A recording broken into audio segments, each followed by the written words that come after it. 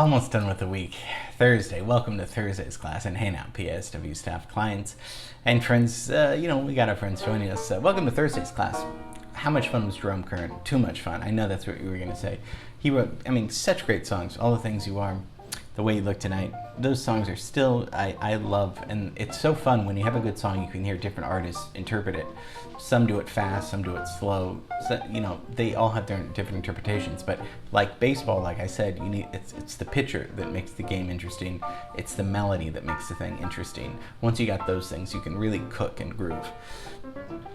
Yeah, I'll try not to do too many baseball analogies. Okay, LA class, LA history. Today we're going to talk about kind of the center of the movie industry, where maybe it was the first big, huge event that happened.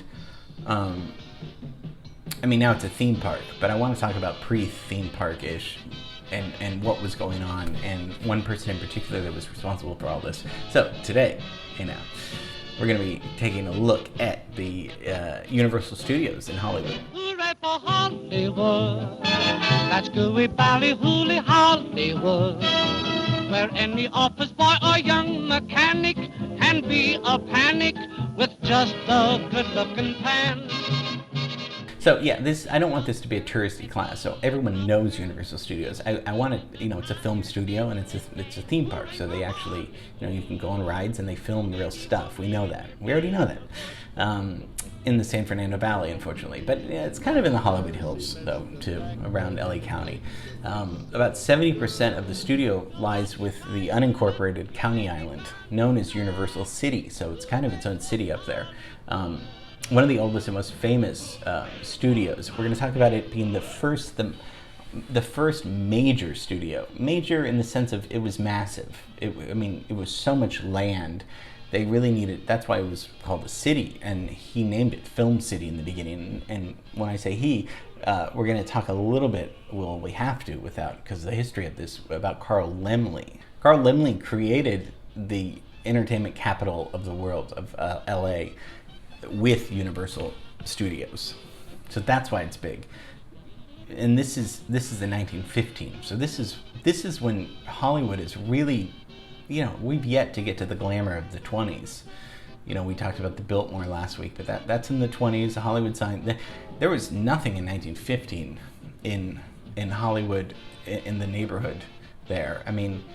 Because, a lot of things, but we'll get to it. But Laemmle was a German-born American film producer and founder of Universal Pictures, produced over 400 movies. This guy was really regarded, he is one of the early pioneers. So he comes to the United States in 1884, worked in Chicago for a long time, and started buying Nickelodeons. We talked about Nickelodeons, constant nickels to watch it. 1905 they come out, right, in Pittsburgh. And he starts expanding. He starts buying all these Nickelodeons up, starts expanding into film distribution. This is he's not a director or writer, he's a producer. This is the March of 1912. He needs more space. They're filming out in LA, but they need more space for studio space, and this is before Charlie Chaplin Studios. That was in 1919. Remember, he bought that cute little English Tudor style of little houses, but this is years before, where filmmakers, they needed space and studio space, not so much for sound, because sound wasn't in yet, but for sets and set designs and all that stuff. So he opens it in 1915, and he does something pretty smart. He invites the public, where you can pay 5 cents, which is the same as a Nickelodeon, and it includes a boxed lunch with chicken. And you could go up to his little Universal City, and there was still actually a farm there, and you could go and look at some of these movies being shot. Really interesting to get the crowd involved in watching the movies. And of course, at this time, you didn't have to worry about quiet on the set.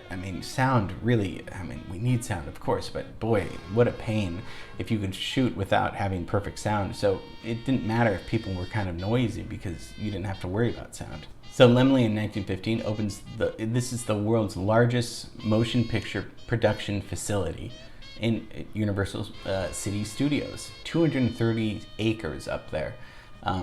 So it was just a farm in the San Fernando Valley, and this is over the Cahuenga Pass. So he was named Uncle Carl. It was a nickname because he had so many people related to him on the payroll. So this was kind of a family little affair. It dies in 1939 before the studio was reopened to the public. So he had expansions to do. He was kind of like a Disney, I mean, they had such a vision for what they could do.